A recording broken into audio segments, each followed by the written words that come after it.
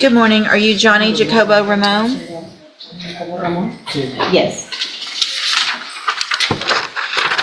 And Mr. Ramon, you were previously in court and entered a plea of guilty to the second-degree felony offense of accident involving death. And that was a plea agreement of a cap of 15 years in prison. I have received the pre-sentence report. Has everyone had an opportunity to review that report? Defense has. Yes, Judge. Are there any additions or corrections? No, Your Honor. Not from the state. Mr. Burbank, you may proceed. Your Honor, this is a tragic accident. If you read the factual basis, which I know you did, person was walking across the street at nighttime, and cars swerved, and my client actually hit him. As reflected by the charge, he failed to stop. He panicked, as reference to his version, that is on page 1, and then was stopped up in Lumberton. He's been employed. He has family up in Woodville. He's been employed. He's got one problem. He is not a U.S. citizen. I would be arguing for probation in this case, but it is my understanding that there is a hold on him by immigration, and that he probably will not, if he got probation, he wouldn't be released. He has 2 prior DWIs from Tyler County that were taken care of.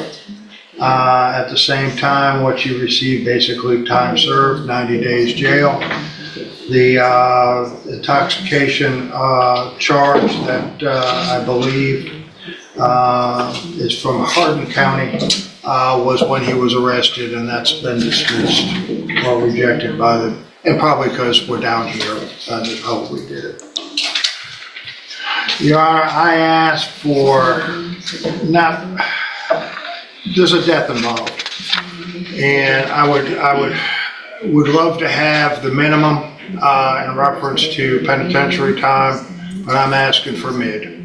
I think that 15 is probably too harsh, and that's my opinion, especially in light of the facts and circumstances of this, in which the person was walking across the street at the time, had to get out of the way, but he was definitely wrong in not stopping, and he was intoxicated.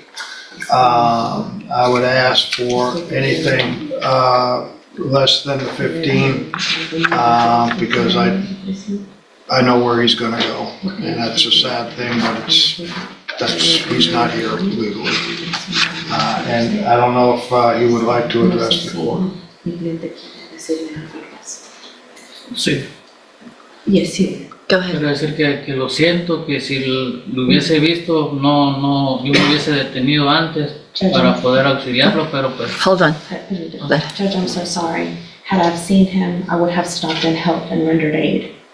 Pero pues había un carro con... Hold on. Hold on. So are you telling me that you didn't know you hit someone? ¿Me está diciendo que usted no sabe que le pegó a alguien? No, sí. I did know. Okay. Y pero pues había un carro enfrente y yo no lo pude ver There was a antes. vehicle in front and I wasn't able to see him on time. Okay. Pero pues quiero decir que lo siento, que I want to say that I'm sorry. si pudiera volver el tiempo lo haría, pero But if I sé could que go back in time, I would go back and soy help. el culpable. And I know I'm guilty. Okay. Thank you. I just have one question up here. What were you doing for work? ¿Qué estaba haciendo de trabajo? Estaba en el roofing. I was a roofer. And how long have you been in the country? ¿Cuánto tiempo has estado aquí en los Estados Unidos? 14, 15 años. 14, 15 years. And have you always had a job? ¿Siempre han tenido un empleo? Sí. Yes. And you do have a family? ¿Y si tienen familia? Sí. Yes. Thank you. Mr. Smith? Judge, we would argue for the max sentence in this case on the plea agreement based on the fact that when he struck him, he knew that he struck him. That was evidenced by the phone calls the next day. He knew he hit a person. When he was stopped in Koontz, which is a long way from the accident scene, he told the police when they noticed the damage on his vehicle that he had struck a deer. They, either through dealing with him before or suspecting that he was lying and knew he was intoxicated, went all the way back to the county line looking for a deer that had just been struck. And only because they were diligent in doing so did we even know that he had committed this particular crime. He knew he committed the crime. He lied about it. He has an issue with alcohol. He's here in the country illegally. I would direct your attention to the jail report in this case and how he's acting, showing disrespect for staff as well as masturbating in open bunk. We ask for a 15-year sentence in this case.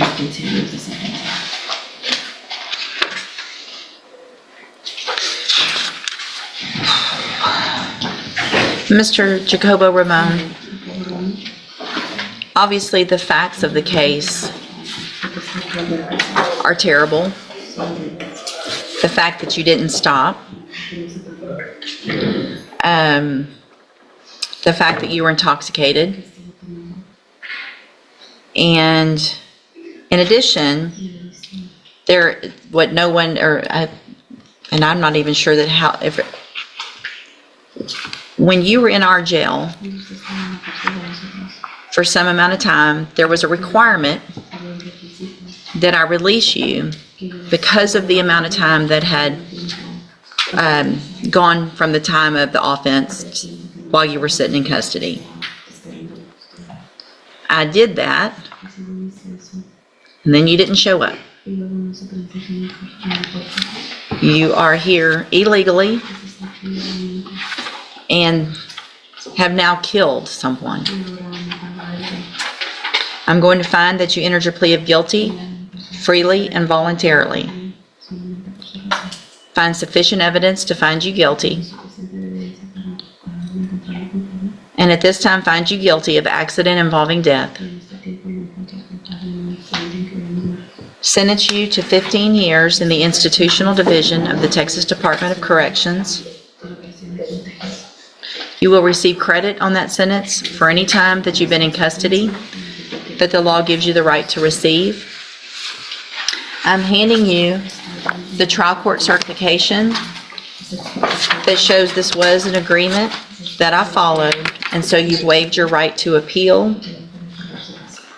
I have also handed you a written admonishment regarding your ineligibility to possess a firearm or ammunition. It is in Spanish. I advise you to read that. If you are ever back in Texas legally, you will not be able to possess a firearm or ammunition. That could lead to more charges against you. All right. Thank you. You can go back with the bailiff. Thank you, Mr. Burbank. Thank you, Ms. Burge. All right. You're Carly Davis and Carly Hoosier. And this is 24 DCCR 1385 and 25 DCCR 1237. And so we were going to be here on reviewing bond conditions, correct? And then the state has filed a motion to increase the bond. Yes, Judge. And is that in both of the cases or just that In one? both cases, Judge.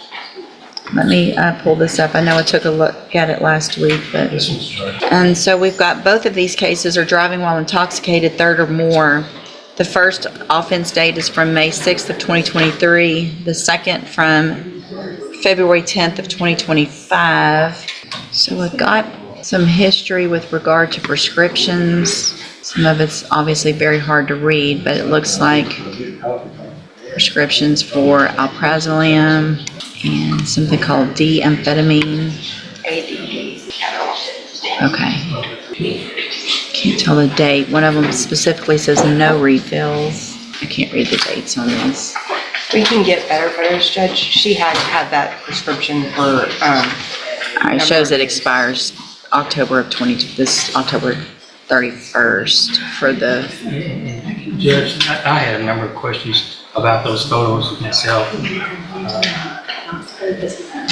mean, I'm not necessarily, well, I guess I am questioning the validity. This doctor that allegedly prescribed it, this Rajan Desai, there's either an Austin address or a Millburn, Texas address for this doctor. When I looked him up through the Texas Medical Board, and I'm just a little curious about. so where do you go to the doctor? Where's this doctor from? From Beaumont, and I do a telemed every month except every 3 months. I go to his office now. I have an appointment today now. Today? Yes, ma'am. Where specifically? Telemed today. Oh,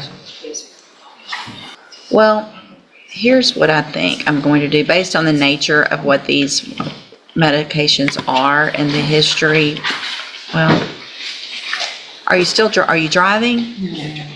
Okay, I don't know if I already did, but a condition of your bond is going to be, as of today, that you are not allowed to drive any vehicle ever, period. Okay? So if you're caught driving, obviously you'll be right back in jail without, probably without a bond. Mr. Coleman, other than a no driving, is there any other? No, Judge, I just would like to reiterate, and we put it in our motion, and it sounds like the court's read the motion, but, she's got 4 previous DWIs, Judge, and in addition, she picked up this latest DWI while out on bond for a DWI, Right. Judge. And that along with the positive drug test, I think the public safety, the community safety demands some additional assurances. And Judge, our argument would be that the DWI itself is for the medications. She's been on these medications for. Well, it doesn't matter if you're on medication and you're Right. taking too much medication, then that's a problem. Sure. So you can be on these medications and not be. Also, the failure of the drug test was for these medications. Right, I understand that. My biggest concern is the fact that if the medications are not being taken properly or too much of the medications, then that's a larger concern with the safety, and I completely understand and agree with Mr. Coleman on that. How'd you get here today? Here's what I want you to do, what I'm going to order you to do.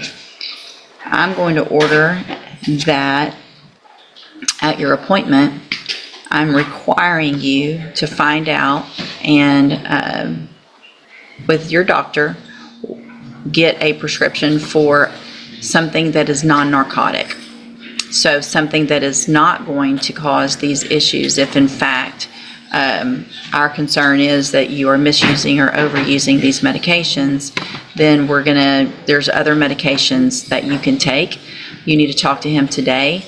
I want you on your way to be off of both of these medications and on something that would not lead to the issues that you're having. Does that make sense? You need to get that information from him, find out what he can prescribe. I want those to Ms. DeLage, and I want her to get those to me. That is a condition of your bond at this point. If you don't do that today at that appointment and get that information to her, then I'm going to, what I'll do today is not rule on Mr. Coleman's motion, so that motion to raise your bond is still out there. And if you don't get this information and you don't get this done today, then your bond will likely be raised and you'll be in jail. Do you understand? All right. My only question is, the medication to get off of it abruptly can cause. I understand that. I'm not saying you have to get off of it abruptly. I'm saying I want the plan and how you're going to do it, what it's going to be reduced to, what it's going to take its place, whatever it is. I want that. You need to tell him that you have been ordered to get off the medications, but obviously that needs to be done in a medical way, but I want whatever that plan is and how you're going to do that, and I want that to Ms. DeLage. In a somber and hard-hitting courtroom moment, the irreversible consequences of one reckless decision unfold with devastating clarity. What the defense frames as a tragic accident quickly transforms into a case defined by responsibility, as evidence reveals not only intoxication but a failure to stop, a false story to law enforcement, and an attempt to distance from the truth. Despite expressions of regret and claims of not realizing what had happened, the weight of the facts, and the loss of a life leave little room for leniency. The judge underscores this reality, pointing not only to the fatal outcome, but also to the defendant's actions afterward, including failing to appear and showing disregard while in custody. The result is the maximum 15-year sentence, a decision that reflects both the severity of the crime and the pattern of behavior surrounding it. As the courtroom shifts to other cases involving repeated DWI offenses and concerns over substance misuse, a clear message emerges. The justice system may listen to explanations, but it ultimately responds to actions. In the end, this powerful moment serves as a stark reminder that a single choice, made in seconds, can carry consequences that last for years, leaving behind a question that lingers long after the gavel falls. When truth, responsibility, and tragedy collide, can any outcome ever feel like justice?